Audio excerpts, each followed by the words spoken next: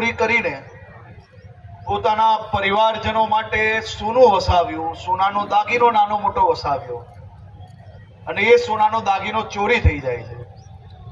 અને એ સોનાનો દાગીનો ગુજરાત પોલીસનું અમદાવાદ ગ્રામ્ય યુનિટ દ્વારા શોધી તો લેવામાં આવે જ છે, પરંતુ આપ સૌની સમક્ષ આજે માનભેર એને પાછું આપવામાં આવ્યું.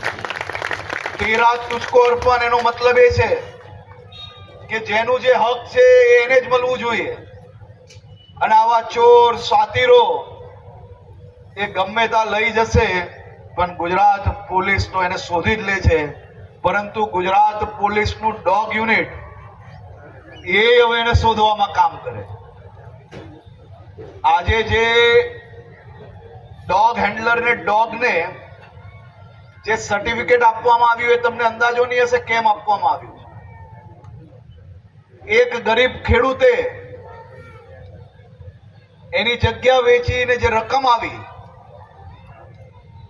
એ રકમ ચોરાઈ જાય છે. બસ્તીઓની વચ્ચે, ઝૂંપડાઓની વચ્ચે જઈને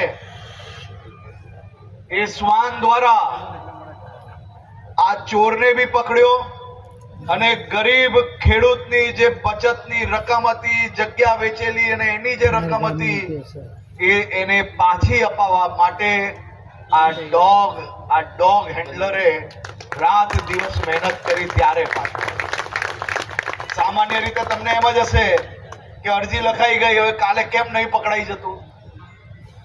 પરંતુ આ વિષયોની અંદર કામ કરવા માટે ખાલી ટેકનોલોજી નહીં, પરંતુ ટેકનોલોજી જોડે જોડે આ પ્રકારની જે બીજી અલગ અલગ જે પદ્ધતિઓ છે તેને બી વિકસાવવા માટે અને ખાસ કરીને આ ડોગ હેન્ડલર્સને ટ્રેનિંગ આપવાની વાત હોય કે ડોગ્સને ટ્રેનિંગ આપવાની વાત હોય કે ઇન્ડિજિનિયસ ડોગ્સને ખરીદવાની વાત હોય ને એ લોકોને ડોગ યુનિટની અંદર ભરતી કરવાની વાત હોય, આ બધા જ વિષયોમાં ડીજીપી શ્રી વિકાસ સહાયજીએ જે રાત દિવસ મહેનત કરી છે અને આ ડોગ યુનિટને આખા ગુજરાતમાં મજબૂત કર્યું છે, હું એમને ખૂબ ખૂબ અભિનંદન આપું છું.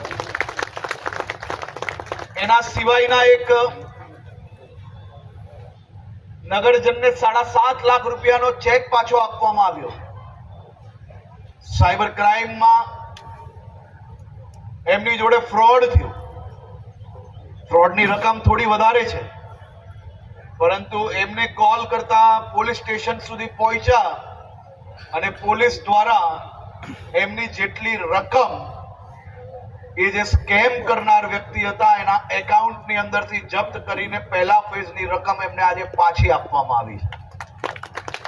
એ દિલ માંગે મોર, એની આખી રકમ જ્યારે આવી જશે ત્યારે હું ફરીથી પોલીસને અભિનંદન આપીશ, પરંતુ આટલી રકમ પાછી અપાવવા બદલ બી આજે હું આપને અભિનંદન આપું. આ પ્રકારના અનેક ગુનાઓમાં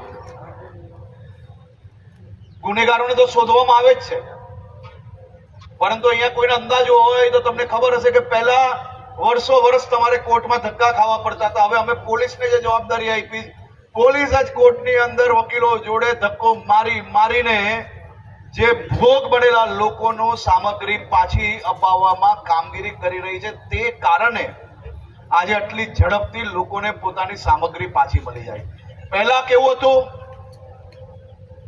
કે ચોર તો પકડાઈ જતો હતો, પરંતુ સામગ્રી વર્ષો સુધી ક્યાંક ને ક્યાંક પોલીસની તિજોરીમાં રહેતી, કારણ કે કોર્ટનો ઓર્ડર ના આવે ત્યાર સુધી એ સામગ્રી પાછી ના આપી શકાય. પરંતુ આ પદ્ધતિ બદલવાથી ઘણા લોકોને ખૂબ ઝડપથી આ એરિયા સહાય મળે છે અને વધુમાં વધુ કેસો અમે એના કારણે આજે નિરાકરણ લાવી શકીએ છીએ. હું આપ સૌને જણાવવા માંગુ છું કે પરમ દિવસે એક જ દિવસમાં લોક દરબારમાં ગુજરાત પોલીસ દ્વારા અનેક પ્રયાસોથી